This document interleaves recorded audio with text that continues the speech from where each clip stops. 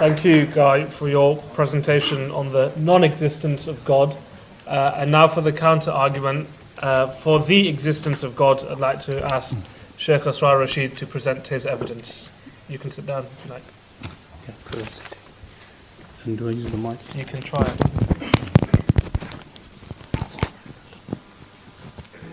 Bismillahirrahmanirrahim. Thank you for your presentation, and this is not the first discussion we've had. In fact, it's the second discussion we've had. Firstly, I would like to address the spectrum of certainty, that atheism in reality should be retermed as being agnosticism, because no one would have certainty in the sense that a believer would have certainty regarding the existence of God. A believer would believe in God with all certainty and without any doubt, ostensibly at least with their profession of faith, meaning pronouncing the faith and believing. Inwardly only they would know themselves whether they have 100% certainty or not. So an agnostic, or anyone who professes to be an atheist in this day and age or in any time, would be an agnostic, someone always who remains in doubt regarding this specific subject. Likewise, there may be certain believers who may profess faith and always suffer from doubts due to the objections that have been presented regarding the existence of God. This argument regarding the existence of God, as the speaker prior to me mentioned, does not only revolve around rational arguments, it also has an historical basis. So what is termed as being humanist philosophy today is not something new for the Muslim world. During the Abbasi period, you had the influx of Greek philosophy entering and infiltrating the Muslim world, and Muslims were exposed to many of these different philosophies, which were then countered by rational theology, and this led to the development of the Ash'ari Kalam methodology, which is rational theology, in order to counter such arguments. At the same time, keeping the Quran and the Hadith of the Prophet, peace be upon him, as a source of law, but at the same time rationalizing those arguments. Now, one of the major flaws in this argument against the existence of God is conflating religion, organized religion, with belief in God. And this was mentioned by earlier theologians. They mentioned the example of a man living on a mountain who has no outer influence of any religion. Will he believe in a God with his mind?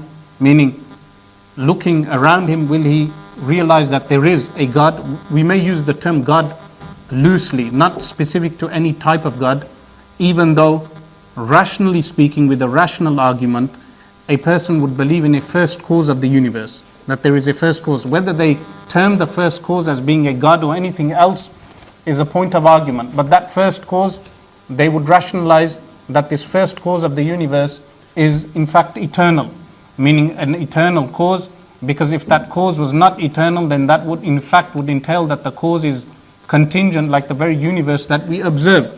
So the very first cause, being eternal, was something that could be understood, which some have termed as being natural theology. Natural theology concluding that there is a first cause for the universe, an eternal first cause for the universe, without any recourse to religious literature or to any revealed religion or any organized religion. So confusing organized religion with this belief of God is only because of some historical aspects of the major religions of the world, that they may have persecuted certain groups for their disbelief in God or their disbelief in their specific religion. So my argument today is that God, or the existence of God, again using that term loosely in regard to the first cause of the universe, is correctly used. The rational argument of a God existing is correct simply because not due to the revealed religions, but because a person who may be isolated and live in an isolated environment can conclude with his mind that there is a God. Now the arguments presented, one of them is regarding metaphysics and the supernatural, that the humanist philosophy would believe that if something is not observable, it does not exist. So this certainty which is concluded that if something is not observable or there is no supernatural event, that thing cannot exist, this certainty can be countered with certain historical events. In Muslim theology, for historical events, there is an exact methodology in determining whether a historical event has occurred or not. So the doubt regarding the existence of Jesus, which was expressed in Islamic methodology, there is something known as ilmul rijal, which is the narrators who narrate such historical events are taken into account, their biographies are taken into account, as well as narrator accreditation and narrator criticism, the truthfulness and the veracity of those narrators. Their biographical works are extant, meaning where their biographies are mentioned and details regarding their personal lives. It is not as vague as Christianity or other religions where names may be mentioned but nothing is known regarding that specific individual. No. In Islam, when a supernatural event, meaning what religion terms as being a miracle, is mentioned, that miracle is documented, and there is a concept known as tawatur, which is mass transmission. Mass transmission would entail that the number of people who relate that event is not one isolated individual or two isolated individuals, but a huge congregation of people, that it would be virtually impossible for all of them to concur on a lie. So if a historical event happened with the Prophet, which reaches us through mutawatir, meaning mass transmission, then we would know for certainty that this historical event occurred. This concept of mass transmission is how our religion has reached us. But like I said, discussing the specifics of a religion and discussing the very existence of a first cause of the universe are two different things.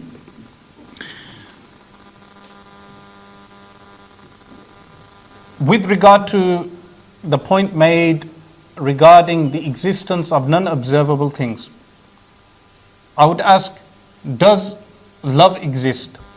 If someone says love does exist, I would say love is not observable. The effects of love are observable. A person may say to his wife, I love you. A woman may say to her husband, I love you. And one human being may say to another human being, I love you. But this concept of love is a concept that we understand that it exists. But if I asked you to show me tangible proof of love, the only thing you would furnish as proof is the effects of love. The effects meaning when a person expresses his love to another person, we know that love exists. But likewise, if someone says God is not observable with our eyes, we cannot observe God in this universe, the response is that who said observation is only through the eyes? Observation could be through the mind and the heart. That a person can know God Almighty rationally, as well as knowing God Almighty with the heart with love for God, and something which is known as ma'rifah, gnosis, knowing God through the heart and the mind. So this argument that we cannot observe God in this universe is a flawed argument which is commonly mentioned, unfortunately. Additional to this, the counter argument regarding the natural origins of religion, some attempt to superimpose a historical account that the origins of religion have their origins in these paintings found in these cave paintings, or in tribal organizations of tribes and tribes coming together, and people therefore concluding that these tribes must have been the first origin of religion. This, of course, is something inferred from artifacts and from the methodology of archaeologists. But like I said, in Islam we have the methodology of verification, which is totally different to the method employed in the Anglosphere. In the Muslim world, the theologians would have their own unique method, which is checking the verification of the people who relate the origins of that particular religion.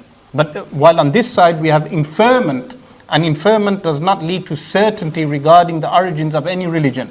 For instance, in 2000 years, if the books of Islam remain, people in 2000 years will still know the origins of particular historical facts relating to Islam, because those books have been preserved and the names of those people who preserved that religion are well known. This methodology differs totally from humanist philosophy. The other counter argument regarding the example given of the giraffes is in fact Lamarckian evolution theory, not Darwinian, the growth of the necks of the giraffes. And we've already discussed evolution theory in depth, and that evolution theory itself does not impart, not in terms of its data, not in terms of scientific data, in terms of the conclusions. And many of the facts relating to Darwinistic interpretation of that data leads to more questions than answers, because of regarding the origins of life and the development of life. Of course, some of the counter arguments that were brought forward was regarding the problem of evil, that if this first cause of the universe does actually exist, then why does he not remove evil and suffering from human beings? In fact, if we look at majority of the evil and suffering that does occur in the universe and counterbalance that with the amount of what we know as Muslims, which is known as afia, which is well-being, if we counterbalance both of them, we will observe that well-being of human beings outweighs the other disasters that may occur. Additional to that, the world is not perfect. Why? Because God created this world in the way it is with His divine will, meaning God did not intend this world to be a perfect world. This is what Islamic theology tells us. If this world was perfect, we would not want to leave this world at the time of death, meaning at the time of the death, we would want to stay in this world, and this world would be an abode to stay in forever. But what was mentioned with regard to the Abrahamic faiths and the God mentioned in the Abrahamic faiths being all loving, this is not found in Islam. One of the names of God is the loving, but there are other names for God also, like Al-Qahhar, the compelling, like He has the name Ar-Rafi', the one who raises, but He also has the name Al-Khafid, the one who lowers and humbles. So the manifestations of God's attributes are many, meaning God does not have the divine attributes of God are multiple, are endless and are eternal. The manifestation of those attributes is seen in everything around us and observed in the creation around us. So the problem of evil, of course, where people mention human suffering, if you counter human suffering with human well-being, human suffering is less than the amount of human well-being that we have. What does this lead us into understanding the purpose of creation? The purpose of creation, of course, there are many questions that can be asked in the questions and answers regarding the purpose of creation and why God created us. But one of the main purposes is the concept known as ubudiyah. What is ubudiyah? Ubudiyah is recognizing your innate neediness to your creator. Every human being is born with this servitude to his creator, irrelevant to religion. Meaning, conflating this with organized religion is a misnomer. What is correct is understanding that when we are born, we realize that our immune system, our mind, our heart, our eyes, everything that works within us was not created by us, but was created by someone else. Submitting to that is the concept of ubudiyah, servitude to the one who has created that. And this is the innate recognition of a creator, meaning every child when he is born and when every adult, once he has grown up into adulthood, recognizing that innately is what is called belief in God. Whether a person accepts Islam or a specific religion, this is an additional thing. But the rejection of this concept of ubudiyah, servitude to the one who has made you, who keeps your mind working, who keeps your eyes working, servitude to Him is something innate in every human being.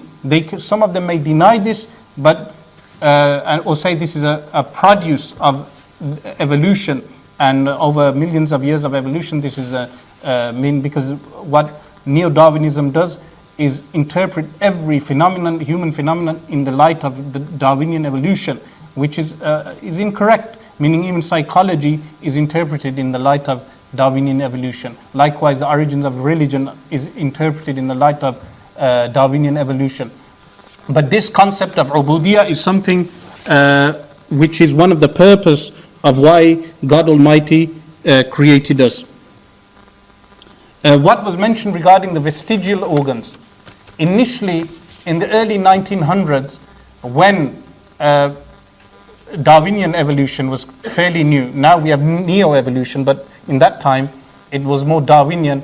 In the early 1900s, the Darwinians, they listed multiple vestigial organs. This is, if you look and check, they listed multiple vestigial organs. Later on, those vestigial organs were reduced over time when medicine advanced, and they realized the use of those specific things. So now we are limited to maybe the appendix or something else, but the list has gone down. The example of pointing out these observable things which a person is unable to understand is the example of a man who enters a building. When he sees everything, meaning the design within that building, he may observe something which he does not understand the use of, like a nail which is hammered into the wall, and he will say, this nail is hammered into the wall without any obvious use, therefore the entire building has no use. Or may point out a few things which he may deem as being a flaw in that building which have no use, and then conclude that the entire building has no use. This is ignoring the perfect design of the universe, perfect design in the sense that it is right for life. It does not mean that it negates suffering. It does not mean that there is no bloodshed. It does not mean that there is no disease, because if human beings had no disease, then we would have more the likes of Pharaoh. Pharaoh only claimed to be God. They mention in the historical religious sources, he only claimed to be God because he never suffered from any disease. His arrogance overcame him, and then he claimed to be God Almighty. If he had suffered from a disease or some type of evil, he would have realized his own human weakness. Recognizing this human weakness and submitting to the one who created you is known as ubudiyah, servitude. And this is the call of natural theology, servitude to the one who created you. Innate rejection of this is what is called disbelief. So Christopher Hitchens was cited, he famously has said that if he saw God Almighty and God Almighty did exist, he would still reject him. This is the very essence of disbelief, meaning or what Stephen Fry said, that if he does exist, then he would reject him entirely for creating the likes of diseases like the likes of cancer. Now, this rejection is innate disbelief. Accepting this creator is known as ubudiyah, servitude, and this is what makes the distinction between a theist and an atheist. Of course, the main three reasons why people may reject organized religion, even though they will conflate organized religion with existence of God, because a person can believe in the existence of God and not ascribe to any organized religion, but will sum into three things. One is this question regarding the problem of evil, that they will bring up some event in their life or in the lives of others and mention that if God existed and he was an all-loving God, then why would he create evil? The second reason would be science, seeing a contradiction of science. Now, the question that was posed, why doesn't God reveal himself in Revelation? Of course, as Muslims we would say he has, but why isn't the Quran a book of science? The response to that is because God has ennobled the son of Adam, meaning human beings, to do that research for themselves, that human beings have the ability to make scientific progress for themselves. If God reveals science in the Quran, meaning as a textbook of science, this would mean that human beings themselves are unable to make scientific discoveries for themselves. So that task was left for human beings. And the third and last reason why people may reject God is organized religion and the laws and prescriptions that come with organized religion. Thank you very much. Brilliant.